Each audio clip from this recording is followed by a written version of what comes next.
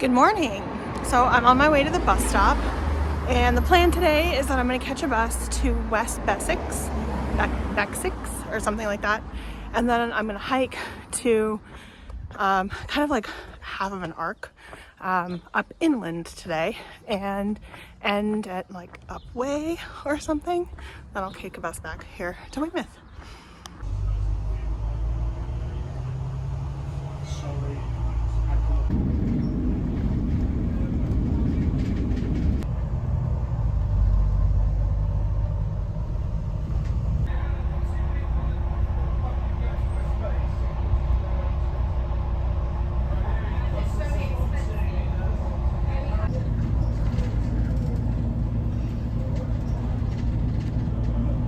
Okay, I'm currently in a little village called Swyre, and I'm gonna try to make my way to the start of the path.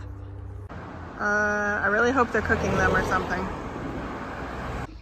Well, here we go. Eventually, I'm planning to get to Osmington Mills, but not today. Definitely get to the Hardy Monument today. Up the first little bit of hill. Oh, wow. That hill is officially half a mile. Or no, a quarter of a mile. Lovely. More hill.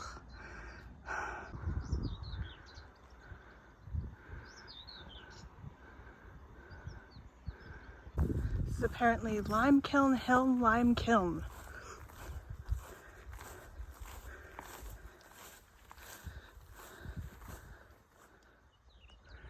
So, the Ridgeway here is a little less popular than the like beach route, and I don't have like a good map, so I thought I had one that was going to work, but that one's telling me to cross the road and go over there, and this one is telling me to go this way.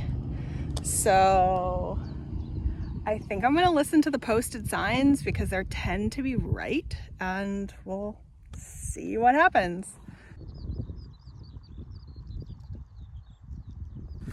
Okay, good news, bad news. Good news, my map and the signs say the same thing again. Bad news, they both say that I have to walk through that field of cows. So, good luck to me. Well, I'm past them. Ran into two different groups of people who both said they're not overly aggressive, but they do have babies. So, see, look how cute. So I went around this hill and kind of came up this little gully. Just avoided them. It's probably a good idea. These three people are not dressed for a walk in a cow pasture. The one in jeans is wearing loafers. The one in the like flowy pants is wearing like fancy loafers. And then the other guy's wearing Converse sneakers. I have questions. Okay, I really want to know what's going on, because now there's this group of runners and they're also like, what do we do? I kind of want to see how this is going to play out. I would help them and give them the suggestion of going around, but they're all too far away for me to actually talk to them. So just gonna watch. Okay, the cows seem very chill. So these people are going around, obviously not trying to walk right through the herd, but no one seems to be quite bothered by it. Humans or cows alike, so hooray. And there's Chisel Beach, going out to the Isle of Portland. So it's all like a pebble beach, and the rocks that are out by the Isle of Portland are big. They're like the size of like a squash or something. At least some of them are. And then the beach all along the coast, the pebbles get smaller and smaller and smaller until you get to West Bay, which is, I think, kind of where those yellow cliffs are. And then they're like teeny tiny. So I will see them when I get there. So I don't know if you can see it, but in the distance there's a little statue cement thing. I think that's the Thomas Hardy Monument where I'm headed. I finally made it up onto the ridgeline though, so hopefully I mostly stay up and there's not a ton of up down. At least that's what all of the literature has promised me. Beautiful. Different type of view than I've been seeing lately. But you come full circle, there's the sea on the coast, so it's a little bit of both. Kind of nice. Old school hill beacon. And what is probably where the watch person lived. So for anyone who cares, I thought I'd do a little bit of a gear update while I'm on relatively flat land. So my pack, the Osprey Talon 20, I like it. It's kind of exactly what I wish it was, like 2 liters bigger, but it's kind of perfect.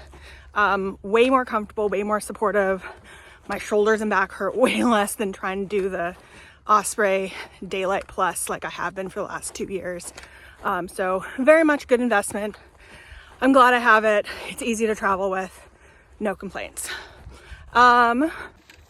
The Ultra Olympus 5, like I have the waterproof ones, those I have mixed feelings about. Like, given that I was struggling to find something I liked, I think they were the best option. I still kind of think that if I had it to do over again, they're probably currently the best option that I found. Pros and cons. So they're way more roomy in the toe box, which is nice. They're cushiony under heel, which is good for all my joints and stuff. I haven't really tested them out in the water yet. Like, you know, I've stepped in a puddle or I've had that mud experience. I've tried them out in the bathtub, but like I haven't been caught in like torrential rain or, you know, had to slog through a field of wet. So I don't know what the waterproof looks like in terms of that. But in terms of like just wearing them, they're fine. They're not super breathable, but I wasn't expecting that out of a waterproof shoe. I will say that the zero drop is not my favorite. So I'm pretty sure all Ultra shoes have zero drop, so they're like completely flat, which means your toe is like, the toe portion is like higher up than it normally is in a shoe, where there's like a slight incline. And I think the reason I don't like it that much is, one, it makes going uphill harder, in my opinion. And two, because the toe has to be as high as the heel and the heel is cushioned, means the toe is pretty high up. So it's kind of like walking on a platform. So you don't feel the ground very much, which when you're walking over like, you know, rocks and stuff, like it's, oh great, you know, my foot's not getting poked by a rock. But that also means that I don't feel all the divots in the ground. And I think that's why I've been rolling my ankle so much. Like I've had 2 ankle injuries already, and I've had numerous other almosts. So I think that's my one downside, is that it makes me a little less stable and much more prone to rolling my ankle because I can't feel the ground as well. So I'll update later in the trip and see how we're faring. But so far, love my pack. The shoes, like an 8 out of 10. Oh, and one more thing. I got these gaiters on the recommendation of my friend Lindsay, and they're Dirty Girl gaiters. And I kind of love them. I mean, any gaiter is going to be a little bit more complicated to get your shoe on and off, and I like to try to take my shoe off every like 60 to 90 minutes to, like, you know, put blister cream on or air them out or whatever. So that's a little annoying, but they have held up with sand and with random plants and with dirt and dust and all the things. So good job. I can't quite tell, but that might be the Abbotsbury Abbey remains. I've never heard of the Macmillan Way, but wow, those are far apart. Like, I'm right by Abbotsbury here. Barnstable is like way up in North Devon. I'm going to be there later in this trip. Barmouth and Boston, I think, are even further north than that. Interesting. I don't know. I have to Google that.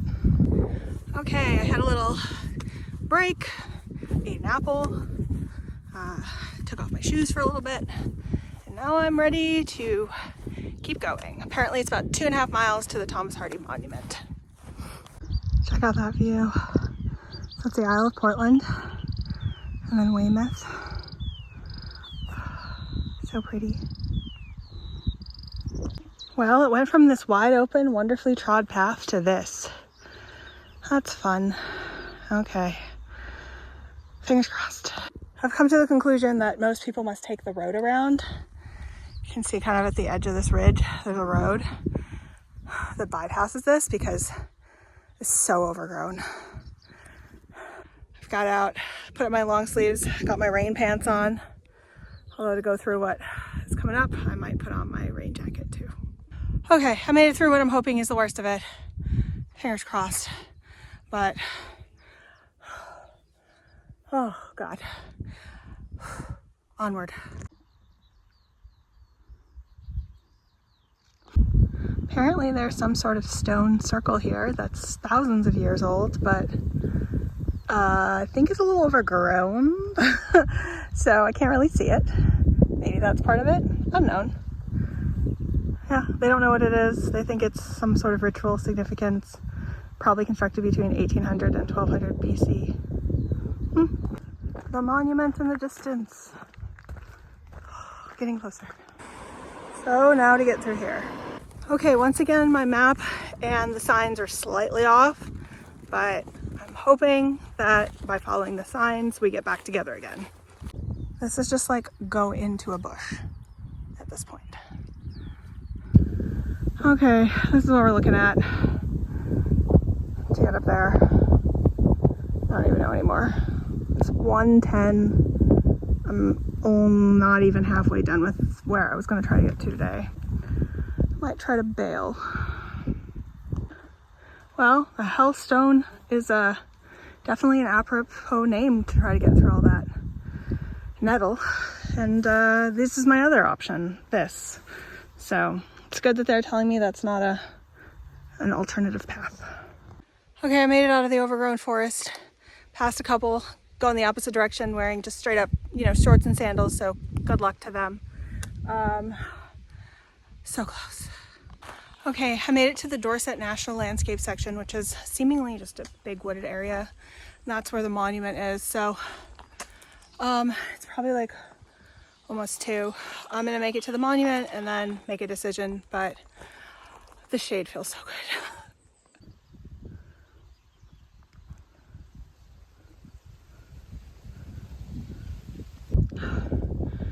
Inland route, 11 miles to Osmington Mills. Definitely not making it there today.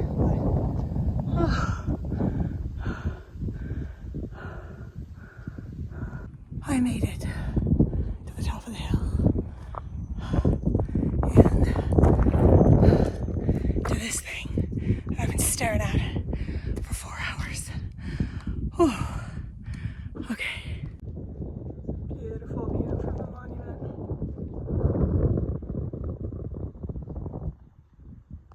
Well, as I was sitting there having lunch, I got to chatting with the National Trust guy. He was very nice. He encouraged me to keep going. So let's hope that wasn't a bad choice. Onward to Upwey, I suppose.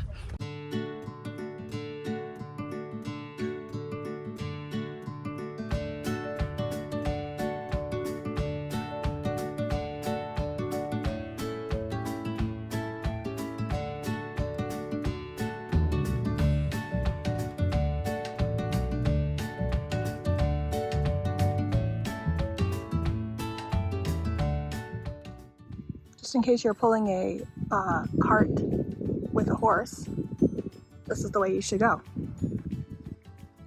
Fair. Just herding the cows with a car.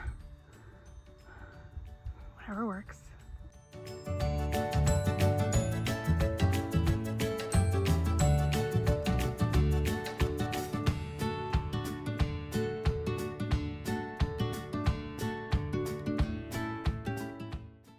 My map says those are the Gould Hill Barrows or something like that. Just a mile and a half more, mostly down this road. Well, I'm really close and it's beautiful out here. Rolling green hills. Sun went behind a cloud, thankfully, so it's a little cooler. I'm glad I did this. Could have done without that bushwhacking section, but the second half has been lovely. I was originally gonna go the other direction, like start with this half, and part of me is like, well, you should have done that. It would have been way less uphill. But then the other part of me is like, then I'd have to deal with all that bushwhacking stuff like later in the day when I have less patience. And then I'd be, you know, have to probably wait for a bus. It'd be a whole thing. So there's a lot more frequent buses. I'm way closer to where I'm staying. And the second half is the easy half. So yeah, I think this is probably the bed anyway. I'm glad I did this. We'll see if I have time and energy to do the other side of it. I think it's about 6 more miles. There's like this main road that kind of divides it up. So like another third. So we'll see. To clarify, obviously not today, but like another day. Cool. And this is how I'm finishing my hike. At this old pub called the Old Ship. Well, I'm back in Weymouth and I decided to go put my feet in the water, and then I'm gonna probably pick up something for dinner because I am too tired to cook, and just have a chill evening. So I think that's it for this video, but see you next time.